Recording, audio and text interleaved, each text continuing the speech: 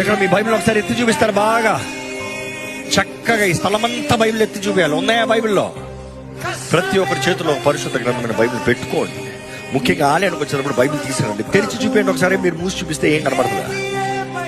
తల్ల కాగితం కనిపిస్తే బైబిల్ కనబడుతుంది. ఒకసారి ఘనంగా ఎత్తి చూపించండి. ఒకసారి ఓపెన్ అలాగా. మా నాన్నగారైతే ఎప్పుడు ఊపిస్తారు. ప్రపంచం చూడనే ఎంతమంది విశ్వాసులు ఉన్నారో, ఎంతమంది చేతుల్లో బైబిల్ ఉందో, ఎంతమంది బైబిల్ని నమ్ముతున్నారో లోకం బాగా చూడని అంటారు. ఎక్కడ చూపిద్దామో ఒకసారి చక్కగా చూడయ్యా, నేను నమ్ముతున్న వాక్యము ఇది. దేవుడు మనకిచ్చిన ప్రేమ లేఖ అని ఆర్ఆర్కే మూర్తి గారు అంటారు. దేవుడు మానవుడికి రాసిన ప్రేమ లేఖ అంట. ఎందుకంటే చివరికి బైబిల్ మొత్తంలో చదివితే మనం గ్రహించగలిగింది దేవుడు మానవుని ఎంత ప్రేమిస్తున్నాడో, ఈ మానవుని రక్షిస్తానికి ఏ రీతిగా దేవుడు మార్గాన్ని సిద్ధపరిచి చివరికి దేవుడు మానవుని కలుస్తాం, దేవుడు ముందుగా నిర్ణయిస్తాం ఈ పరిశుద్ధ గ్రంథంలో బైబిల్లో తెలియజేయబడుతుంది.